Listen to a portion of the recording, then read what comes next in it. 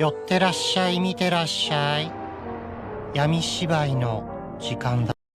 Olá, samurais e geishas do meu canal do YouTube, beleza? Como é que vocês estão? Vocês estão de boas? Vocês estão tranquilos? E então tá tudo bem. Primeiramente, recado rápido, recado básico. Segue lá no Insta, eu faço votação ou eu aviso qual vai ser o vídeo. Segundo recado, curte a página do canal no Face, eu faço postagens diárias, curiosidades rápidas, coisas que não dá pra ficar postando aqui no canal toda hora. E por último, mas não menos importante, eu vou deixar tanto aqui no card quanto na descrição as últimas 5 teorias, beleza? E quem já puder dar aquele apoio logo de início, eu agradeço. E bem, como vocês estão vendo hoje o vídeo é de teorias. E a teoria de hoje é: e se a Venezuela fosse do eixo? E essa teoria é uma teoria minha. E por incrível que pareça, isso quase aconteceu na vida real também. E bem, para quem não conhece este quadro de teorias, eu pego fatos que poderiam ter dado certo, aí eu moldo de uma maneira plausível para que nossa teoria aconteça. Nada é, aconteceu porque eu quis, entende? Mas eu também dou aquela moldada de uma maneira plausível, senão não ia ter teorias. E também eu sempre pego os 3 fatos mais importantes mundialmente falando, que primeiro é Primeira Guerra Mundial, Segunda Guerra Mundial, Guerra Fria e por último a conclusão. Enfim, sem enrolação que eu já enrolei demais, vamos direto ao vídeo. E nesse caso eu acredito que eu vou precisar contextualizar vocês, sim. Bem, como todo mundo sabe, nos anos 30, a partir de quando Mussolini, aliás, subiu no poder, o fascismo começou a ser uma ideia extremamente admirada, por incrível que pareça. E depois surgiu, com tudo isso, o nacionalsocialismo na Alemanha com Adolf Hitler, né, que todo mundo já está cansado de ver.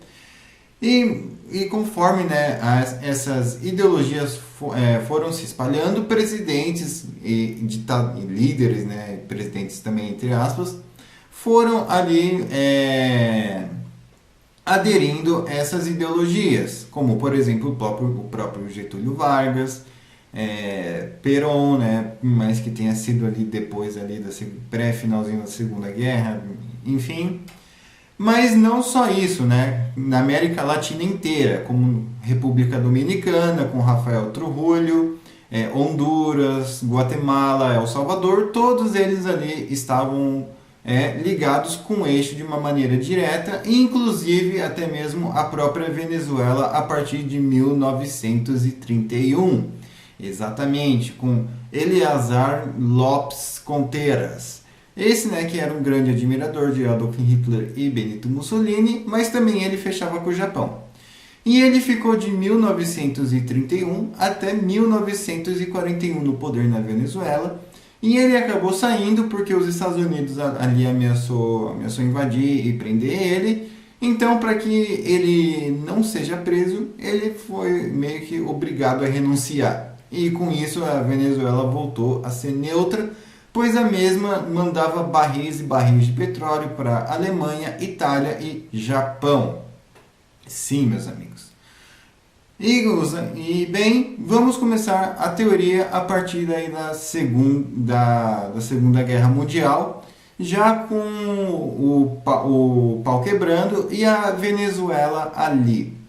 Bem, como eu acabei de falar, ele meio que saiu de cena em 1941. E por mais que a Colômbia também, que eu esqueci de mencionar, também tivesse ali um fascista de fato no poder, eles contribuíam ali com a Alemanha, só que a Colômbia deu uma freada ali na ideologia, e já a Venezuela preferiu abdicar de vez. Então, como é que seria para ele se manter no poder? Primeiro, ele precisaria conversar com outros países, esses mesmos que eu acabei de mencionar. Guatemala, Honduras, El Salvador, República Dominicana, Argentina, Paraguai, Colômbia. Ok. E talvez tentar convencer o Brasil, mas não vamos alterar o Brasil. E com isso, poderemos até mesmo formar, né, o eixo sul-americano, ou então o eixo latino, né, que faria mais sentido. E até um nome bonito, o eixo latino. Nossa, eu vou ser apedrejado aqui. A partir daí, eles já teriam uma aliança, um pacto de defesa mútua e um pacto de não agressão entre si. Afinal, as ideologias podem ser iguais, mas os interesses podem ser diferentes. E bem, e a partir do momento em que os Estados Unidos começassem a dar as caras ali na Venezuela, os outros países ali poderiam meio que tentar fazer um bloqueio naval contra os americanos. E para provar a lealdade ao eixo, a Venezuela poderia invadir a Holanda. Sim, meus amigos, a Holanda está muito mais próximo do que a gente imagina. Existem duas ilhinhas, né? Uma ilhinha se chama Curaçao e a outra eu esqueci o nome. E essas ilhas são protetorados holandeses. Eles estão literalmente bem perto ali da Venezuela. Então, eles poderiam sim invadir e dominar aquelas ilhinhas, justamente pelo fato de que nesse tempo a Holanda já basicamente não existia e duvido que ela teria muita resistência ali para defender essas ilhinhas. E o porquê essas ilhinhas em primeiro lugar? Porque elas, um dos motivos dos Estados Unidos, né, fazer esse cara abdicar do poder é para ele tomar posse dessas ilhas, porque é um local estrategicamente importante. Já com o pau quebrando, obviamente, né, que as nações aqui da América do Sul precisariam se mobilizar muito rápido. E os países que de fato fizeram parte do eixo, fizeram parte, aliás, dos aliados, me desculpem, foi o Chile, a Bolívia, o Equador e, se eu não me engano, acho que o Peru também, apesar de uma certa neutralidade ali.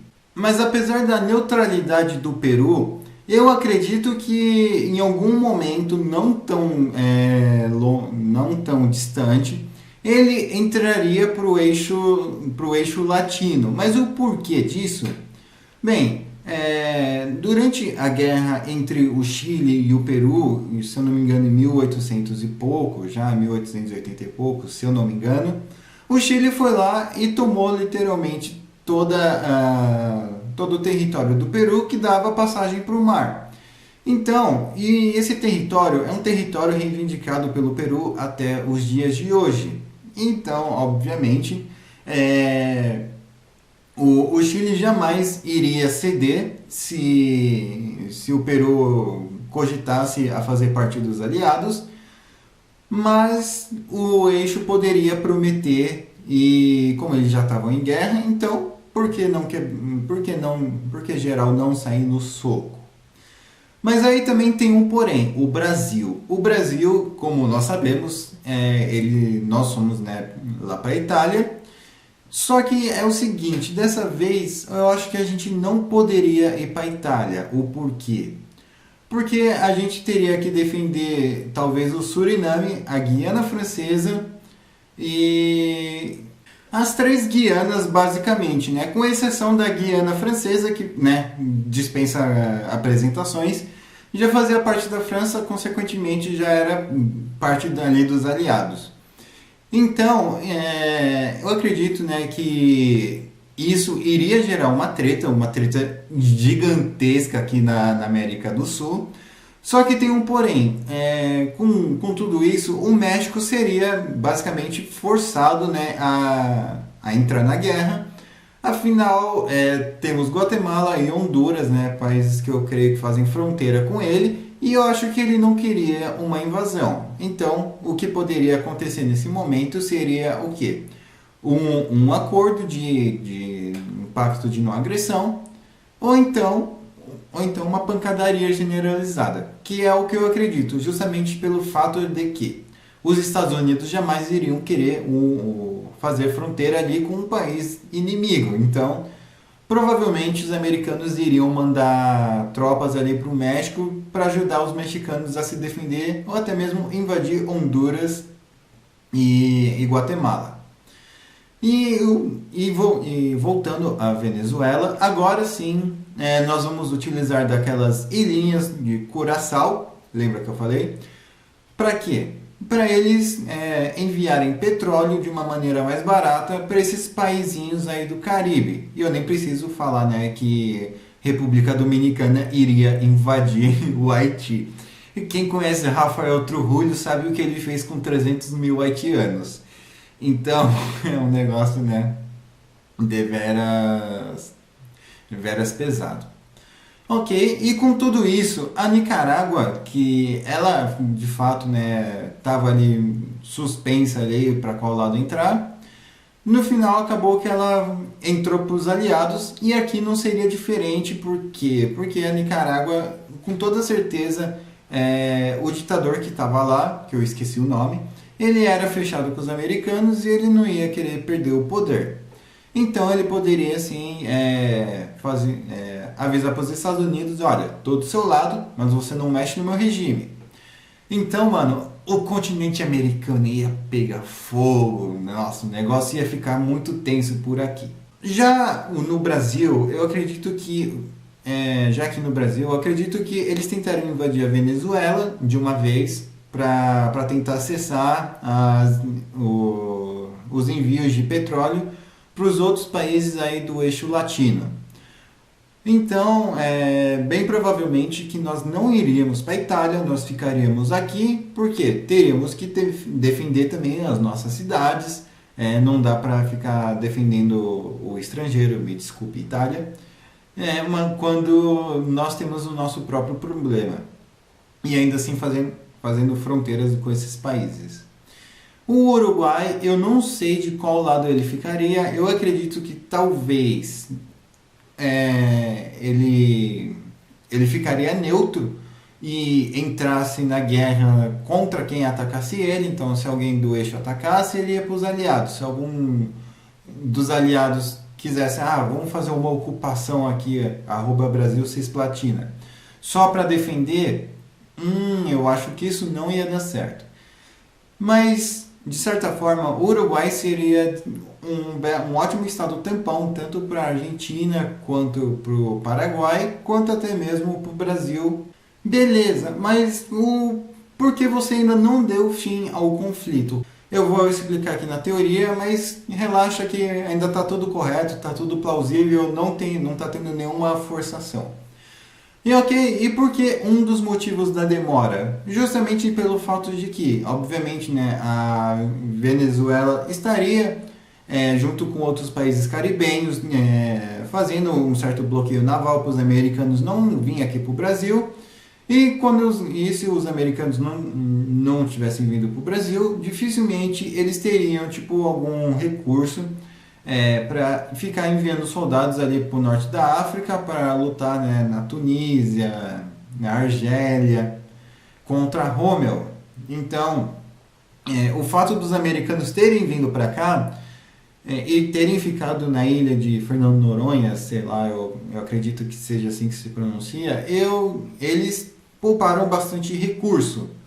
E o Brasil também ajudou bastante com soldados, e os outros países aqui da América do Sul também ajudaram com bastante dinheiro, bastante recursos naturais, instalações de bases americanas novamente para poupar tempo. Então, as coisas na Europa também iriam mudar, justamente pelo fato de que eles não teriam basicamente toda aquela help, todo aquele fortalecimento que os outros países deram. E as coisas no Oriente também mudariam, porque a Rússia usou bastante armamento americano, bastante caminhões americanos, e eu acredito que se isso viesse a acontecer, né, dos Estados Unidos ficar, entre aspas, bloqueado em tudo, não conseguindo ajudar eles, o negócio iria se prolongar, mas eu não acredito que seria fácil escolher um vencedor, porque seria uma guerra cansativa, seria uma guerra de quem se rende primeiro. Seria vai se render? Eu não vou me render, mas eu tô cansado, sem dinheiro e sem nada, mas eu não vou me render. Então, não digo que ia chegar a nível de paus e pedras, mas eu acredito que ambos os países, eu acredito que o mundo como um todo, se a Segunda Guerra Mundial se prolongasse por bastante tempo, iria ficar um negócio meio todo mundo economicamente quebrado. A Inglaterra ficaria sem ajuda, não basicamente, né, a invasão do dia D e a invasão a partir da Sicília não ocorreriam tão rápido, demorariam para as coisas acontecer. A cobra ia estar fumando em território sul-americano e não na Itália, o que provavelmente seria mais fácil, só que se o Brasil gastasse dinheiro para combater aqui na América do Sul, ele não teria dinheiro para mandar para a Itália para combater lá, sem contar a logística. Então, seria um negócio deveras complicado determinar um final e determinar quantos anos mais a Segunda Guerra Mundial iria durar. Mas ok, vamos supor, né, que a Segunda Guerra Mundial tenha acabado ali depois de alguns anos a mais, talvez uns 3, 4 anos a mais do que durou, né, do que durou realmente. Vamos supor que com a Venezuela ali mexendo os pauzinhos ali para formar um eixo latino, vamos supor que a guerra tenha durado pelo menos uns 4 anos a mais aí, vamos colocar uns 4 anos e meio a mais aí, e não vamos alterar nenhum resultado. Como assim não vamos alterar nenhum resultado? Não é pelo fato de que um país perde que ele perde seu líder, correto? Sim, é correto. Mussolini e Hitler foram presos e foram, né, executados, e um quitou do server. Mas o Hirohito continuou no poder. Continuou, né? Então. Mas não só ele, como Rafael Trujillo, o ditador ali da Nicarágua, que inclusive fez basicamente o que a família Kim fez, foi de vô, pai e neto. Então, eu acredito que esse Lopes Contreras, eu acredito que ele poderia, tipo, meio que dar um cessar-fogo, né? Toda a América do Sul aqui dá um cessar-fogo juntos, assim, os dois sentem e conversam e entram numa negociação. E Lopes Contreras, em vez de ele ficar preso, ele continua no poder. Mas como assim? Isso já falando da Guerra Fria. Olha, a Guerra Fria foi marcada pelo quê? Pancadarias entre nacionalistas e comunistas, ditaduras / períodos militares aqui na América do Sul. E na Venezuela também teve Marcos Pérez Jiménez. E eu pretendo fazer uma outra teoria sobre ele. Só que em vez dele assumir logo de cara, eu acredito que o Lopes Contreras, ele ficaria no poder até basicamente a sua velhice. Aí sim ele poderia renunciar ao cargo e a Venezuela provavelmente passaria ali pelo Marcos Pérez Jiménez de novo. Beleza? Enfim, eu espero que vocês tenham gostado desse vídeo, dessa teoria. Eu estou deixando a thumb aí para quem quiser, eu estou em dúvida em qual usar, mas estou postando as duas aí. E, enfim, né, eu espero que vocês tenham gostado dessa teoria. Passa aí para os seus amigos que gostam aí da América do Sul, da Venezuela. Sabia que na Venezuela já teve um ditador nacional socialista? Sim, meus amigos. Já teve. E daí você passa esse vídeo para eles. Eu espero que vocês novamente tenham gostado desse vídeo. Não se esqueça de curtir, compartilhar, se inscrever. Segue lá no Insta, curte a página do canal no Face. Dá aquele apoio. Enfim, falou e fui.